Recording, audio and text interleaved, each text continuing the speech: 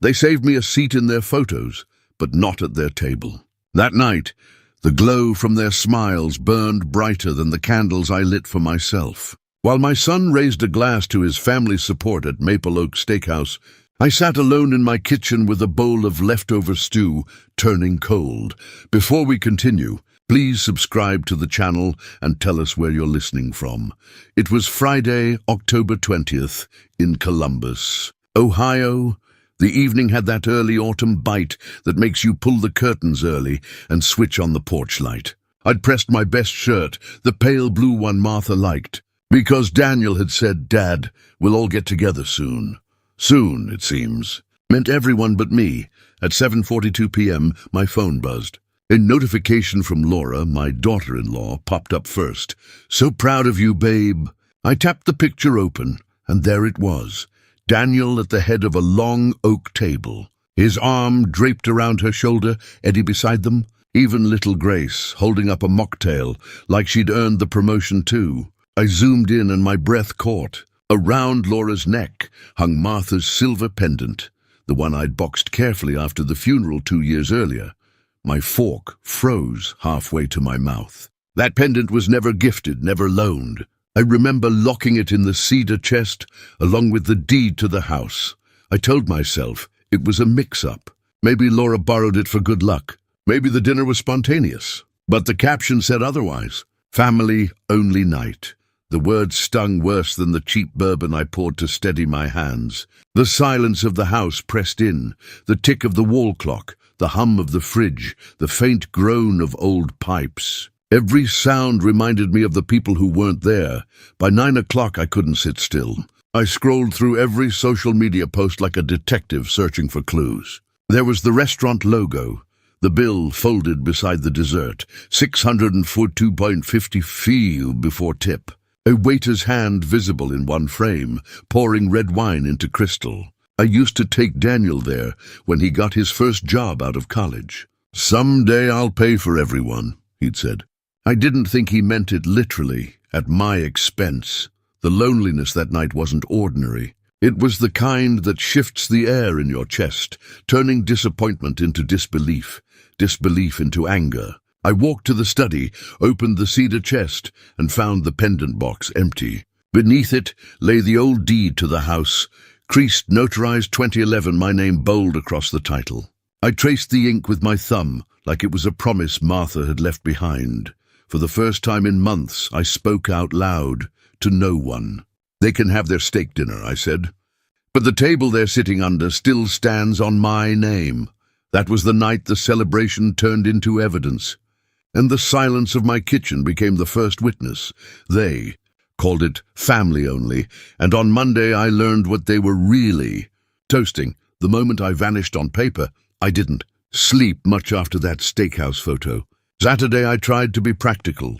Laundry, sweeping the porch, oiling the front door hinges, Martha always said, squeaked like a mouse. The house answered me with its old language. The boiler thumped, the hall clock clicked, the oven timer dinged when my mind wandered and burned a pan of cornbread. By Sunday afternoon, the quiet was a weight. I laid out Martha's recipe cards like a lifeline. The one for pot roast stained with a brown thumbprint, hers or mine. I couldn't tell anymore. I kept telling myself, it's a misunderstanding. He'll call. He didn't call. Monday morning, October 23rd, the mail hit the floor with that heavy slap. I sorted through flyers, a utility statement, then a thin white envelope from the Franklin County Treasurer. I slid it open with the brass letter opener I've had. Since '84, the paper smelled faintly of ink and rain. Columbus was in a drizzle that made the window glass bead like sweat. The line was there in cold print. Property tax notice owner, Langley Family Trust trustee, Daniel Langley. My name was nowhere. Not as co-trustee, not as life tenant, not as anything at all. For a minute the room went soft around the edges. I had to sit. I traced the letters with my finger until my skin grew hot. I checked the date, mailed October 19. The night before their dinner, I walked to the kitchen and logged into my credit union on the old laptop Martha hated for always. Spinning. The monthly pension deposit should have been $240 on October 1st. But there was a same-day automatic transfer, $600, labeled ACH Transfer, Langley Trust Co. It wasn't the bank's name. It was a nickname or internal label, the kind you create when you set up pulls and forget the way it looks later. I scrolled back 3 months and saw it again. $400 in August, $500 in September, always right after the deposit. The numbers chilled me more than the rain. Someone had been siphoning my retirement like it was their spare change jar. I printed the statement. The paper came out warm. It felt wrong, like a fever. I slipped it into a manila folder with the tax notice and the deed from 2011. My name in thick black type, notarized by Mary Jo Caldwell, our neighbor across the hedges. My hands shook so badly I had to hold the folder against my chest. I put on my old green raincoat and walked the 12 blocks to City Hall because I didn't trust myself to drive. The sidewalk was slick with leaves. I passed a maple I'd watched flame red for 30 winters and tried to count the cracks in the pavement to keep my mind from spiraling. At the recorder's office, the fluorescent lights hummed. The floor smelled like lemon cleaner and old paper. "Help you?" the clerk asked. She was maybe 30, with a tidy bun and a stain at the cuff of her blouse, like coffee had kissed it and stuck. "I need to see the current title on 1447 Briargate," I said, trying to keep my voice even. "Langley residence." "Been Langley since 1991, she typed. The screen washed her face blue. "Here we go," she paused. "The trustee of record is Daniel Langley. Recording date? 6 weeks ago, September 11th. I felt the date like a slap and tasted metal. September 11th, 10 days after Daniel helped me tighten a loose banister on the stairs. He'd brought coffee that morning, called me the rock of the family, and pocketed the spare keys in case of emergency. He'd hugged me before he left, a two-handed press on my shoulders, like a son proud of a father. I didn't realize then he was weighing what I was worth. "I don't understand," I said. "That house is under my life estate until death. There should be a restriction." She clicked a few more times, then looked apologetic. "There's a trust amendment recorded that supersedes it. I can print everything for you. How would an amendment get recorded without me signing?"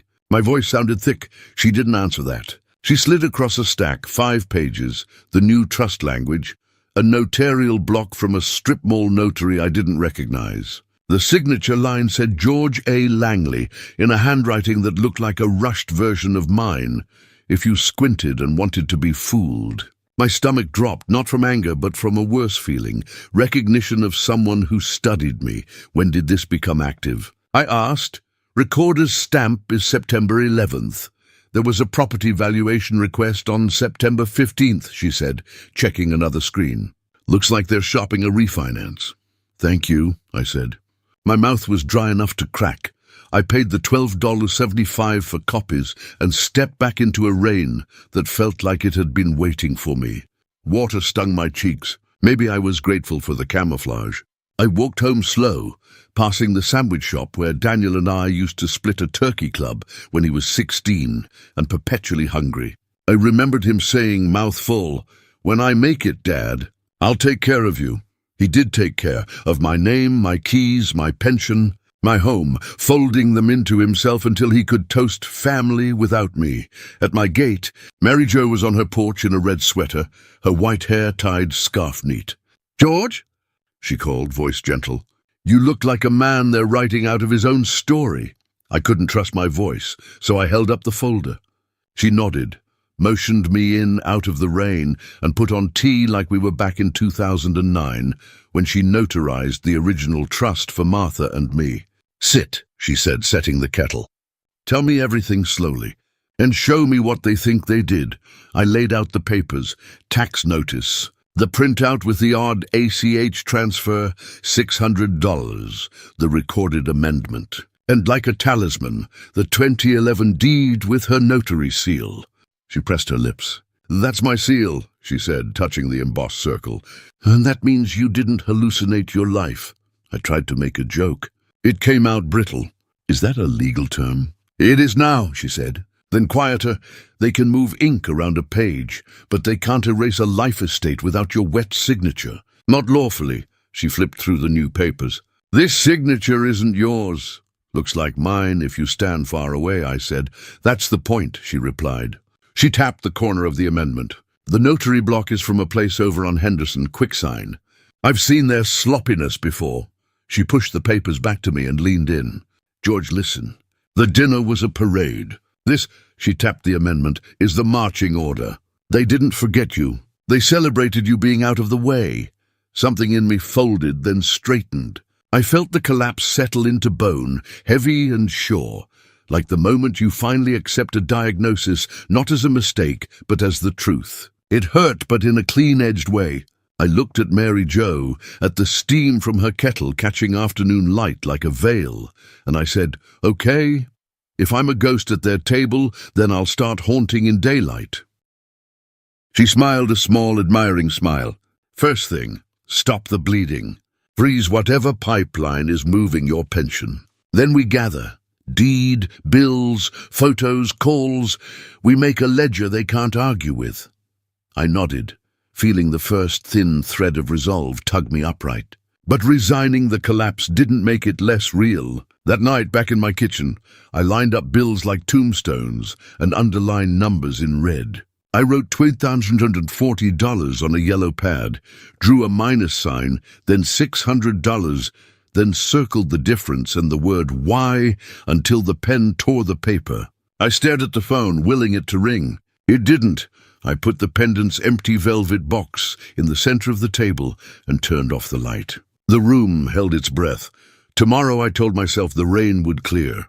Tomorrow, I would go looking for the part of me they toasted without and take him back page by page.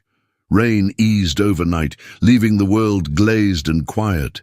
I woke before dawn on Tuesday, October 24th, to a house that smelled of cold coffee and wet earth. The kettle's whistle broke the stillness, and for the first time in days, I didn't flinch. I had something to do now, Mary Jo's words echoed. They can move ink around, but they can't erase a life estate without your signature. She'd given me back a weapon, sharper than anger, certainty. I brewed 2 mugs and carried one across the hedges to her porch. She met me at the door with a folder already open. "Morning, soldier," she said with a half-smile. Inside were notes in her tidy cursive. County Recorder Contact, Ms. L. Parsons, Legal Hold Request Form. She'd even highlighted the section about disputed titles. We sat with our mugs steaming between us while the neighborhood woke. Trash trucks growled. A dog barked somewhere down Briargate. A cardinal shouted from the wet maple. "Step 1, she said. You file a title freeze with the county. Stops transfers cold. Step 2, start collecting proof they used your identity." I nodded. But the words blurred a little. Proof. The kind that fits in a manila folder, not in a heart. Back home, I found the little grey recorder I used for grocery reminders and pressed it into service as evidence log. The first clip I saved was the voicemail Daniel left last week. "Hey, Dad, hope you're resting up. I'll take care of the paperwork on the house when I get the chance." I'd thought it was kindness. Now it sounded like confession. I labeled the clip One House Paperwork Voicemail, OKT17. Then, page by page, I photographed every document. Tax notice, bank printouts, deed copy. I uploaded them to a free cloud drive under a name Daniel would never think to search, G. Langley Recipes. That afternoon, I went to the credit union on Broad Street. The teller, a young man with tired eyes, checked my ID twice when I asked to cancel the auto transfer. "Looks like it's linked to a trust account ending in 8411, he said. "Authorized by Daniel Langley," I forced a calm I didn't feel. "Then remove his authorization. Effective today," he frowned. "We'll need verification you're still the primary beneficiary." I slid the original pension letter across the counter, signed in 2005, my name in full. "You've had my checks for 20 years, I said. "You know who's breathing," he tapped on his keyboard. "Okay, Mr. Langley, done. No more automatic transfers." Walking out, I felt taller. It wasn't much. $600 a month. but it was the first cut they wouldn't take. By evening, Mary Jo had typed up a statement for the county clerk to accompany the title freeze. Owner asserts unauthorized alteration of Langley Family Trust recorded. September 11, 2024. Disputed. Pending verification of signature authenticity. I signed in blue ink and underlined my name once. Proof that I was still here. The next morning, I called Daniel. The number rang twice before he answered, bright and busy. "Dad, how's the old man?" I smiled into the receiver. "Surviving. I was just sorting some paperwork. Found a few things I didn't understand." "Paperwork? You don't have to worry about that stuff anymore. That's what I'm here for." "Oh, I know," I said. "Just funny seeing the county mail with your name where mine used to be. Makes a man wonder if he died and missed it." Silence. Then a soft, nervous laugh. "You know how bureaucracy is, Dad. Sometimes they mix things up." "I'll fix it." "Good," I said. "I'd hate to think my own son was fixing me out of my home." He started talking fast, the way he always did when cornered. "Come on, Dad, don't be dramatic. It's just easier for me to manage the bills with the refinance. Everyone wins." I'd let him talk, every word recorded clear as glass. After the call, I played it back once, just to be sure the tremor in his voice wasn't my imagination. It wasn't. That tape joined the folder. Evidence piece number 2. By Thursday, October 26th, the county clerk confirmed receipt of the title freeze. "It'll stop any pending sales or liens until we clear up ownership," she said over the phone. I thanked her and marked the date in my notebook. 10/26, freeze filed. That night I sat at the kitchen table with a glass of bourbon and a sense of direction. My house smelled faintly of polish. I'd spent the afternoon scrubbing baseboards like I used to before Martha's bridge nights. It felt good, control returning one small surface at a time.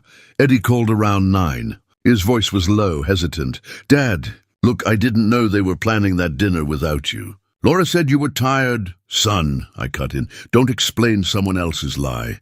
Just tell me this. Who brought up the house first?" Silence, then a sigh.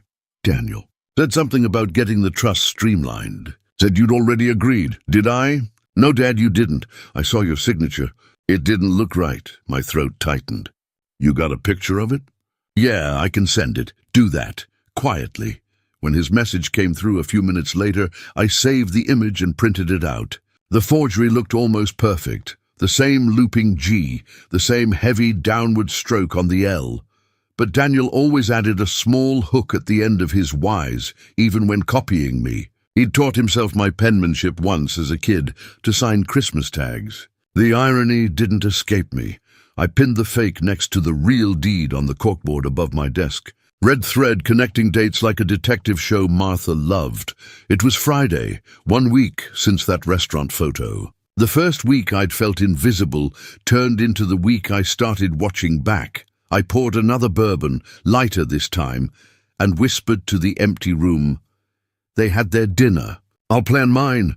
By the time October's last Sunday rolled around, my house didn't feel like a tomb anymore. It felt like a command post. The kitchen table that once hosted Thanksgiving dinners was now my operations desk. Tax notices stacked beside the recorder, deed copies pinned to a corkboard, and a single yellow pad labeled recovery. Mary Jo dropped by mid-morning with 2 cups of coffee and a thin smile. "Ready?" she asked. "As I'll ever be," I said. She slid a business card across the table. "Jeff Kramer and Associates, probate and elder law." "He's good," she said. "Used to audit trusts for the state. You'll like him." I met Jeff on Monday, October 30th, in a small office above a hardware store downtown. The walls were lined with dusty legal books that smelled of age and confidence. He was maybe mid-40s, sharp-eyed, wearing a navy sweater instead of a suit. He listened without interrupting, while I spread my evidence across his desk like a confession. Deed, forged amendment, bank statements, Daniel's voicemail. When I finished, he leaned back. "You've got 2 paths, Mr. Langley, confrontation or quiet correction. Either way, we start with a title freeze, and you've already filed that. Smart move. Next, we document fraud for the county and notify the bank in writing. Once they realize they're holding a tainted asset, they'll scramble to separate your son's name from it. He opened a folder and scribbled numbers. My retainer's 1,200 flat. Covers filings and correspondence. I slid the envelope of cash across the table, money I'd saved for a new boiler. Use this. Keep me informed, he nodded. We'll get it done. On the bus ride home, the city blurred past in grey streaks, shop fronts already dressing for Christmas, people chasing warmth and paychecks. I pressed the folder against my knees and realized something strange. I wasn't angry in that wild, helpless way anymore. I was focused. That evening, I called Daniel. I made my voice light, almost weary. Son, just checking in. Heard your promotion party went well. Oh, hey, Dad. Yeah, big night. I was gonna swing by this weekend. Don't bother. I'm tied up with lawyers and such. There was a pause. Lawyers? Just trust paperwork. Little things your brother noticed. The silence on the line stretched. Then he chuckled too loudly. Sure. Nothing serious, right? Guess we'll find out. I ended the call before he could recover. When I replayed the recording, I could hear it, the brittle edge under his charm. Veer, thin and metallic.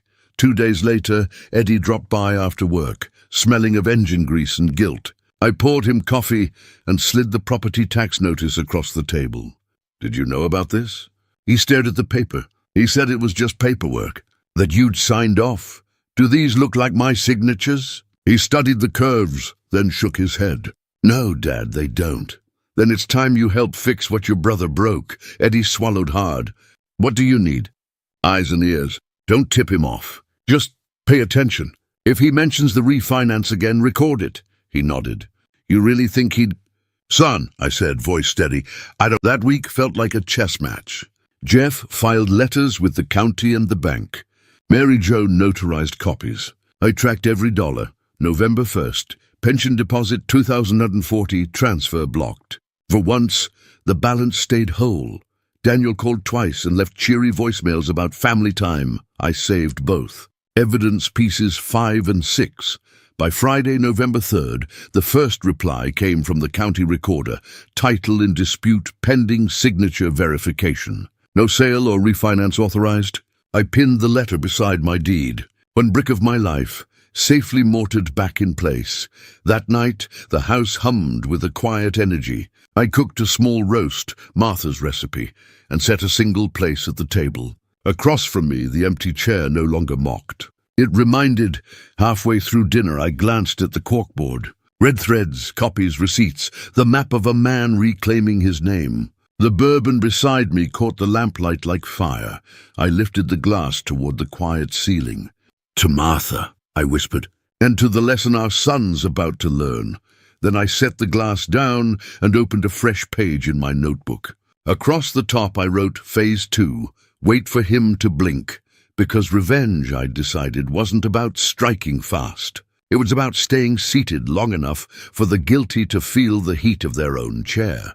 The first week of November drifted by like smoke, thin, restless, waiting for a spark. I kept to a routine, coffee at dawn, notes by 9, evidence check at noon. The world outside prepared for winter, but inside my little house, something else was thawing, resolve. By November 10th, the frost had started painting the windows. I'd stopped looking at the weather and started reading people instead. Daniel's voicemails grew shorter, clipped, like a man too busy to maintain his lies. Eddie, meanwhile, had started calling me every other night. He didn't say much, but when he did, it mattered. One evening, he whispered through the receiver, Dad, he's nervous. Keeps checking his email. Says there's an audit coming up at the bank. That got my attention. A banker under audit. Perfect timing. Did he mention the house? I asked. Only that it's already handled. He's using it as collateral for something, I think. Collateral. My pulse tightened. You get me proof, son. Anything you can. He hesitated. You're not gonna do anything stupid. I smiled faintly.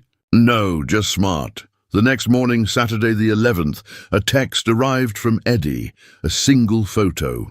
Daniel at his office desk, pen in hand, signing papers. Zoomed in, the top page read, Home Equity Agreement, Property ID 1447BG. Below that, my forged signature copied again. That image felt like an X-ray of betrayal. My son had carved my name into debt.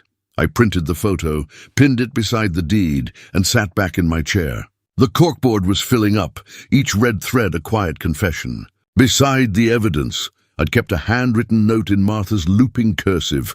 "Don't let bitterness make you smaller, George." I traced it with my thumb and whispered, "Don't worry, love. This isn't bitterness. This is balance." That Monday, November 13th, I met Jeff again. He studied the new photo like a jeweler appraising a gem. "That's enough to file a fraud alert," he said.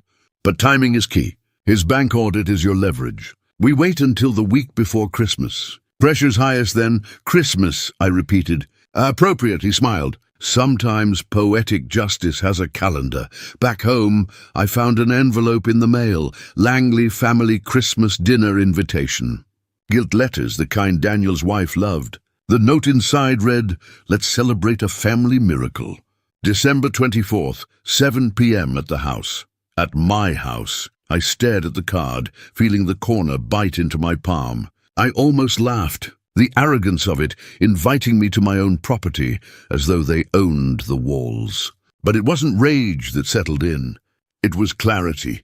The invitation wasn't an insult. It was an opportunity. That evening I walked next door with the envelope. Mary Jo was trimming her rose bushes under a sky-streaked orange. "They're planning a party," I said, handing her the card. She read it, eyebrows rising. "At your place?" "Apparently I'm the guest now," she chuckled. "Then let's give them a show worth the ticket price." We spent the next hour outlining what she called the slow dance. Jeff would finalize the county's verification by mid-December, enough to restore my name on the public record. Then on Christmas Eve, when Daniel toasted his success, I'd present the new deed, lawyer-stamped and undeniable. But I wanted one more layer. Evidence they couldn't deny in court or conscience, so I began building my own archive. Each night, I wrote short notes on index cards. Nov 14 bank call. Confirmed title freeze Nov 18. Eddie reports loan signed under my name. Nov 21. County confirms signature under investigation. Deck 2. Dinner invitation. Saved. Let's celebrate a family miracle. I clipped the stack together, tucked it in my jacket pocket. My portable truth. Still, tension buzzed under the surface. Daniel called again on the 25th, his voice tight. "Dad, heard you've been talking to lawyers." "That true?" "Just tying up loose ends." "Well, it's causing confusion at the bank. Maybe you should let me handle things." "I'm sure confusion's the last thing you need before your audit," I said, letting the silence draw blood. He hung up first. That night, Eddie texted, "He's panicking." Good.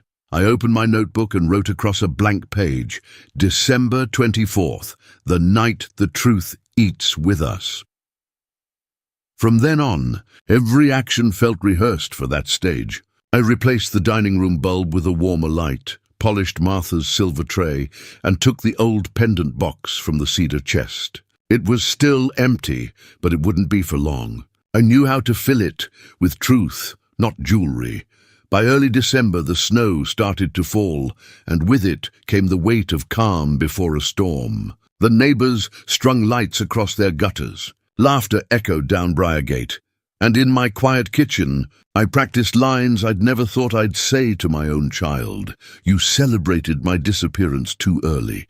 By mid-December, the air in Columbus had turned to glass. The kind that breaks when you breathe too hard. Every morning I scraped frost from the inside of my own windows and thought of Daniel polishing his new car somewhere downtown, convinced he'd won. December 18th, a Monday. Jeff called. County review came back. "The amendment's invalid without your live signature. Title reverts automatically at year's end." "So the house is mine again?" "It never wasn't," he said. "But now the paper agrees." I thanked him, hung up, and wrote the date in my ledger in thick black ink. Then below it another line, 6 days until dinner. That evening Eddie stopped by, shoulders dusted with snow. He carried a small envelope. "He's losing it, Dad," he whispered. "Found this in his briefcase, foreclosure notice from a private lender. He used the house as collateral, missed a payment. I opened it under the kitchen light. There it was. Default amount 39,842, due deck 22. I laughed. Not a cruel laugh, more like disbelief that the world could balance its own scales so perfectly. The county freeze I'd filed back in October meant the lender couldn't seize what wasn't legally Daniel's. He'd trapped himself in his own fraud. "Eddie," I said, "you just brought me my Christmas gift. For the next 2 days, I prepared not for war, but for theater. Mary Jo helped me set the stage." "You're not going to shout," she reminded me, adjusting the tablecloth. "You're going to let them hear themselves." I polished Martha's silver tray until I could see the tremor in my hands. The cedar box with the missing pendant sat in the center of the table, flanked by candles that smelled faintly of cinnamon. I rehearsed every line out loud, pacing the kitchen. "You celebrated my disappearance too early," I'd say. "But the man you wrote out of the story still owns the house you're standing in." Christmas Eve arrived quiet and brittle. Snow fell steady, softening the lawns along Briar Gate. By 6 p.m., headlights began to slice through the dusk. I watched from the window as cars pulled into my drive like guests arriving at someone else's home.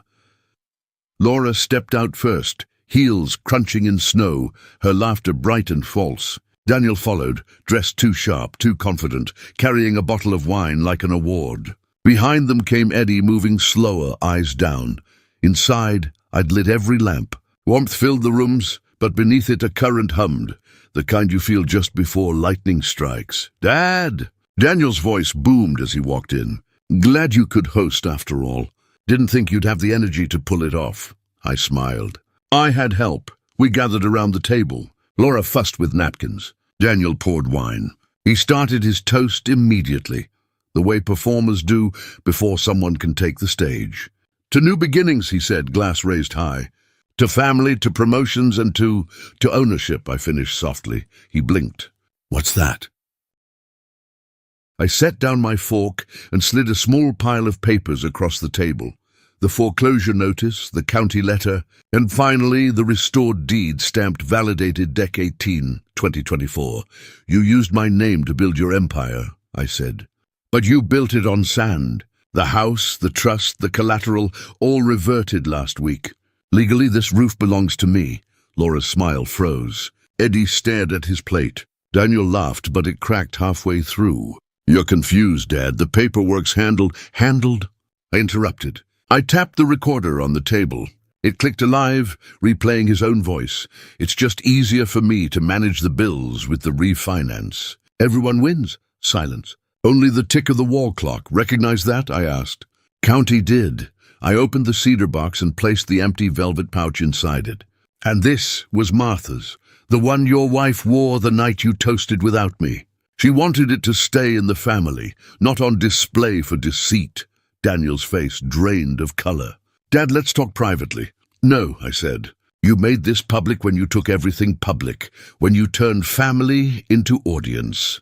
Mary Jo stepped out from the hallway, grey coat on, legal folder in hand. "Evening, everyone. Merry Christmas." She laid down a notarized affidavit confirming the deed's restoration. "Just thought I'd witness the signing of honesty." Daniel stood, fist tight.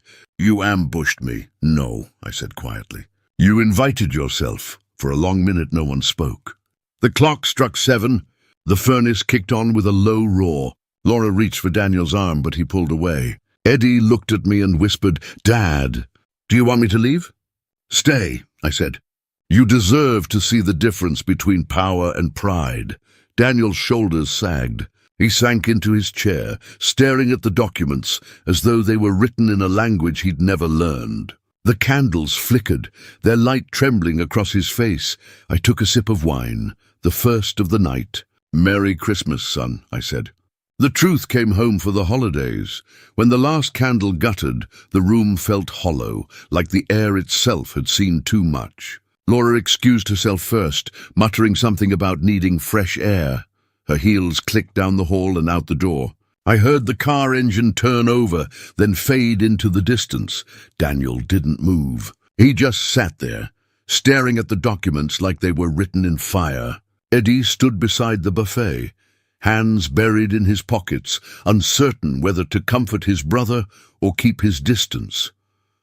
I gathered the papers slowly, deliberately. "You might want to forward this to your bank before they send the sheriff for that car of yours," I said, sliding the foreclosure notice toward him.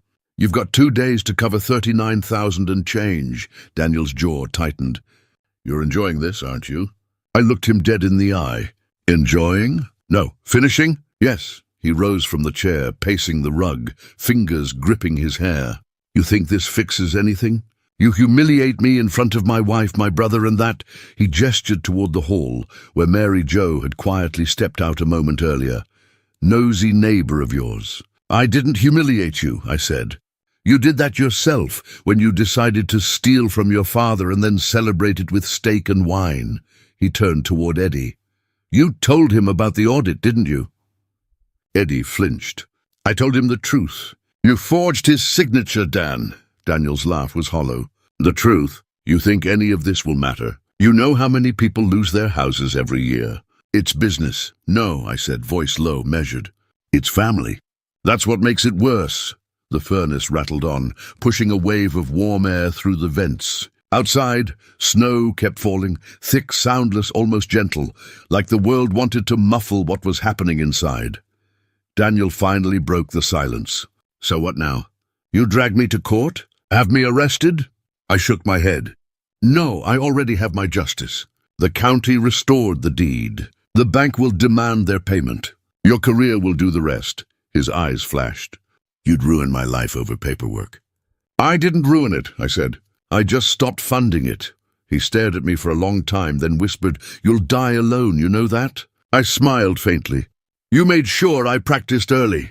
He grabbed his coat and stormed toward the door, but before leaving he turned back, voice trembling. "You've always been a bitter old man." "Maybe," I said, "but I never forged my father's name to feed my pride." The door slammed, leaving a quiet so deep I could hear the hum of the refrigerator. Eddie stayed still, head bowed. "Dad," he said after a long moment, "what happens now?" "Now," I exhaled, "now we breathe. Then we rebuild." He nodded slowly, eyes wet but steady. "You want me to stay the night?" "Yeah," I said softly. "Let's have breakfast like we used to. No secrets, no signatures." He smiled, a tired smile that looked a little like his mother's. The next morning, the sun broke through the snow clouds, slicing gold across the yard. The world outside sparkled, clean and cruelly beautiful. Eddie was still asleep on the couch when I stepped outside with a shovel. I cleared the walkway in long, even strokes, the kind Martha would have approved of. By noon, the first text came, from Daniel. "You'll hear from my lawyer." I didn't respond. Instead, I forwarded it to Jeff. 10 minutes later, he called. "Let him bluster," he said. "His own firm's compliance team is about to open his audit. They'll find the forged documents before we ever need to file a case." I felt a strange peace settle over me. Revenge, I realized, doesn't always roar. Sometimes it just breathes steadily while the guilty choke on their own panic. That afternoon, I walked the perimeter of the house, brushing snow off the fence posts, checking locks. Each one clicked firm beneath my hand. My keys, my doors, my home again. Inside, the table still held the traces of last night. 2 untouched glasses, a folded napkin where Laura had set her lipstick down, and 1 small streak of spilled wine, like a wound drying in daylight. I didn't wipe it away. Some scars need to stay visible. On December 27th, Jeff called again. "News from the bank," he said. "They've halted Daniel's bonus. There's a formal investigation pending, and the house title is clean, your name only." "Thank you," I said.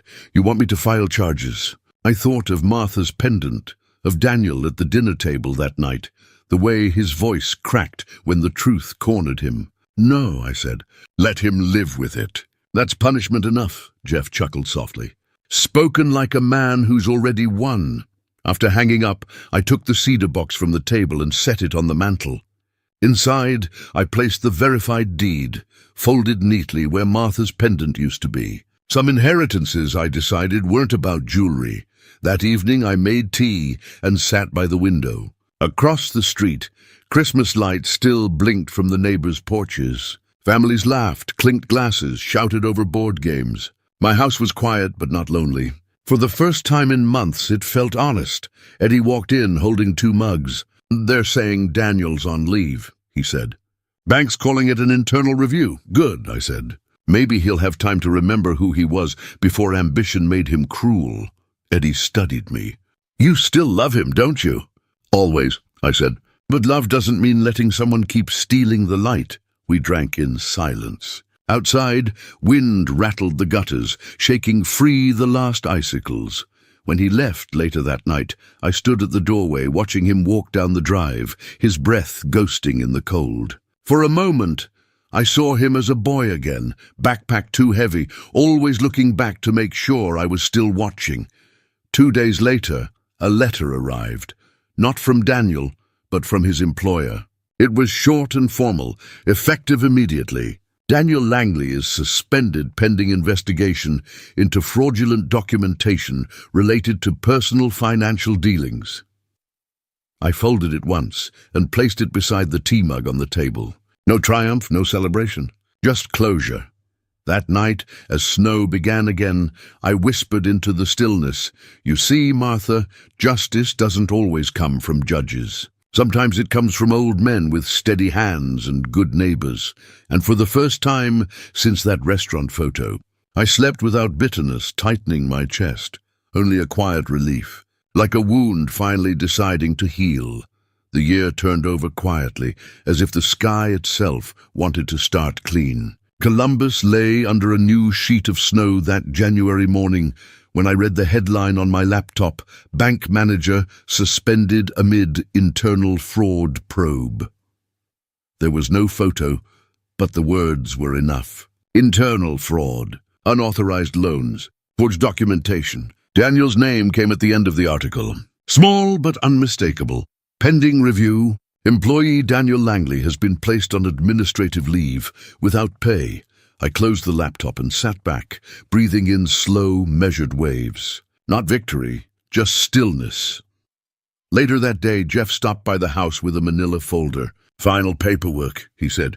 "County reissued the deed, certified and sealed. It's yours, George. No dispute left standing." He laid the folder on the table, then nodded toward the fireplace. "You kept the old box?" "Yeah," I said. "Martha would have liked that it stayed full of proof instead of ashes." He smiled, reached into his coat, and handed me another paper. "And this bank restitution order. They're holding Daniel accountable for the missing funds. 39th I-800. It'll be repaid over time." I looked at the... Jeff adjusted his scarf. "You want me to keep the civil suit open?" "No," I said. "Close it. I don't need the noise. I've got what matters. My name back on the front gate." He nodded and left me there in the golden light of late afternoon. The house creaking softly like it was exhaling for the first time in months. I spent the next few days returning things to their rightful places. Martha's pendant, which Eddie had quietly retrieved from Laura after the fallout, now rested inside its velvet pouch in the cedar box, beside the deed, beside the truth. One evening, Eddie came by after work. His cheeks were pink from the cold, eyes tired but kind. He looked around the warm, orderly room and smiled. "Feels like the house again," he said. "It is," I answered. Paper finally caught up to reality. He hesitated, then handed me an envelope. "From Daniel," he said. "He asked me to give it to you." I didn't open it, just stared at the handwriting, too neat, too practiced. I slid it under the cedar box and said, "Some words can wait until their writer learns to mean them." Eddie nodded. "You're a good man, Dad," I smiled faintly. "Maybe. But I learned the hard way that forgiveness isn't about letting people walk back in. It's about locking the door you built with pain." We sat by the fire a while, saying little. Outside, the street lamps blinked on, scattering their light across the snow. Before he left, Eddie asked, "You think he'll change?" "I hope so," I said, "because I didn't fight to destroy him. I fought to remind him what he destroyed himself. When the door closed behind him, I sat there watching the flames rise and fall. Every crackle sounded like a page turning. I thought about Martha, about that dinner they called family only. They'd raised a glass to my absence, and now they'd have to live with its echo. Some debts, I realized don't come with payment plans. They come with lessons written in silence. I leaned back, the warmth wrapping around me like an old coat, and whispered to the empty room, "Justice isn't loud, it just waits long enough to be heard." Snow softened the world that winter, as if forgiveness had taken physical form and fallen from the sky. The house was quiet again, but not the kind of quiet that bruises you. It was the quiet of something healed. Scarred but steady, most mornings I made coffee and sat by the window where Martha used to read the paper. The steam curled against the cold glass while the neighborhood stirred to life. Kids waiting for buses, dogs barking, a mail truck idling at the corner. Life went on, as it always does after storms. I kept the evidence board up for a while, not out of spite, but as a reminder. Every thread told the story of how close I'd come to disappearing from my own life. One afternoon I took it down piece by piece. The red string left faint lines across the cork, ghost veins of truth. I rolled them up carefully, set the photos aside, and replaced the space with something else, a framed picture of Martha smiling in her garden. "You'd have handled it quieter," I told her photo. "But you'd have handled it." Sometimes I still heard Daniel's voice in my head, cocky, confident, trying to convince me everyone wins.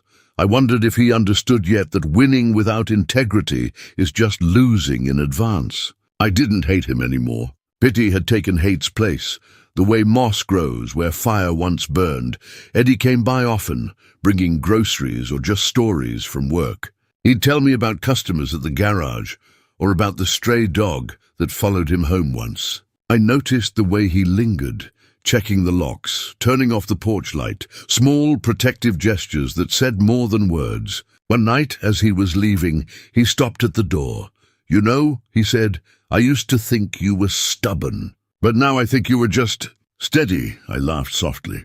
"That's the nicest thing anyone's said to me in a while," he grinned.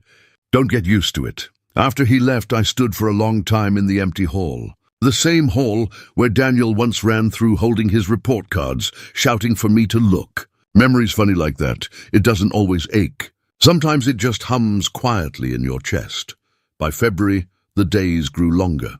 I started walking the neighborhood again, nodding to neighbors who'd read about Daniel's suspension in the local paper. Some offered sympathy, others curiosity. I didn't explain much. "Just a family matter," I'd say, and keep walking. Mary Jo joined me once, bundled in her thick scarf. "You seem lighter," she said. "I put down what wasn't mine to carry," I told her. She nodded. "That's the real revenge, George. Living well enough that the wrongdoers fade to background noise." That line stayed with me. A week later I opened Daniel's letter. It was short, handwritten on plain stationery. "Dad, I'm sorry. I don't expect forgiveness, but I needed to say it. I've started therapy. Lost a lot, but maybe that's how learning works. I hope one day we can talk again." I folded it back neatly, placed it in the cedar box beside the deed and the pendant, then whispered, "That's a start."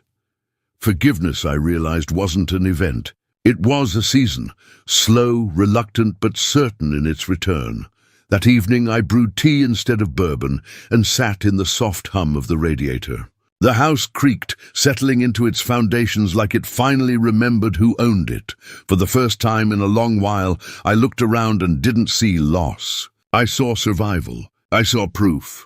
I saw peace. Sometimes revenge doesn't end with fireworks. It ends with a man sitting in his rightful home, listening to the sound of the world outside and realizing he no longer needs to fight to be seen. And in that silence, I heard Martha's voice again. Warm and amused. "Told you so." Spring crept into Columbus, the way truth returns, quietly but impossible to ignore. The snow melted off the porch roof, dripping steady like a clock, and the air smelled faintly of thawed earth and second chances. It had been 3 months since that Christmas Eve dinner.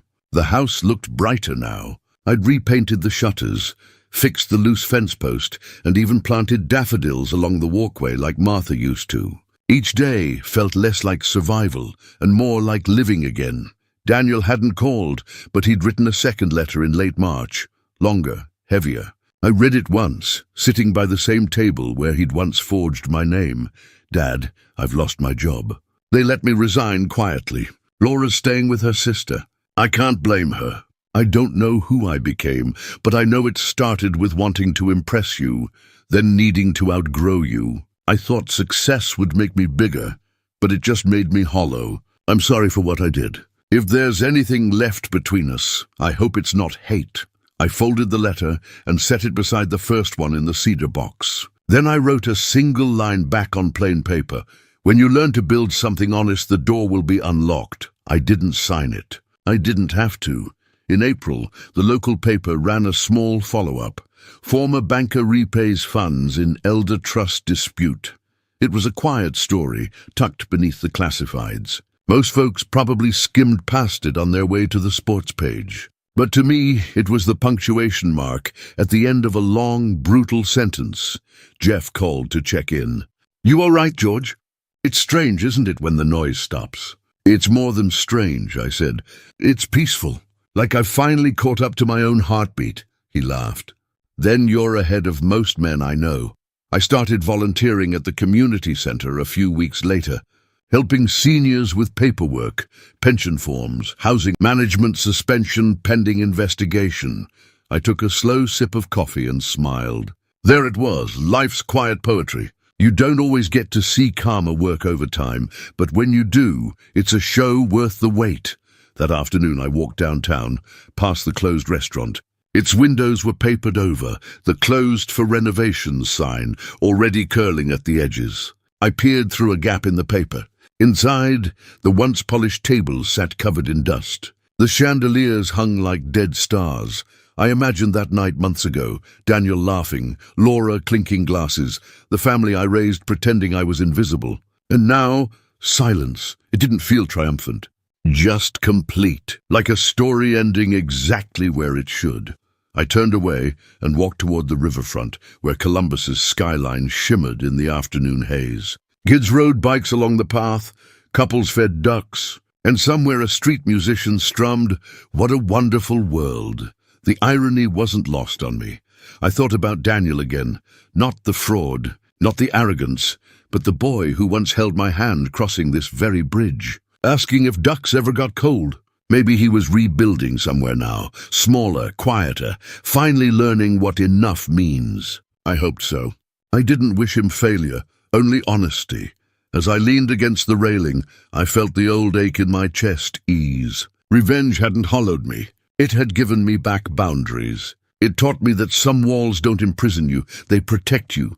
When I got home, the house was golden with late light. I set a single place at the table, poured myself a small glass of bourbon, and placed the cedar box beside me. Inside were the things that mattered, the deed, the pendant, Daniel's letters, relics of pain turned into proof of endurance.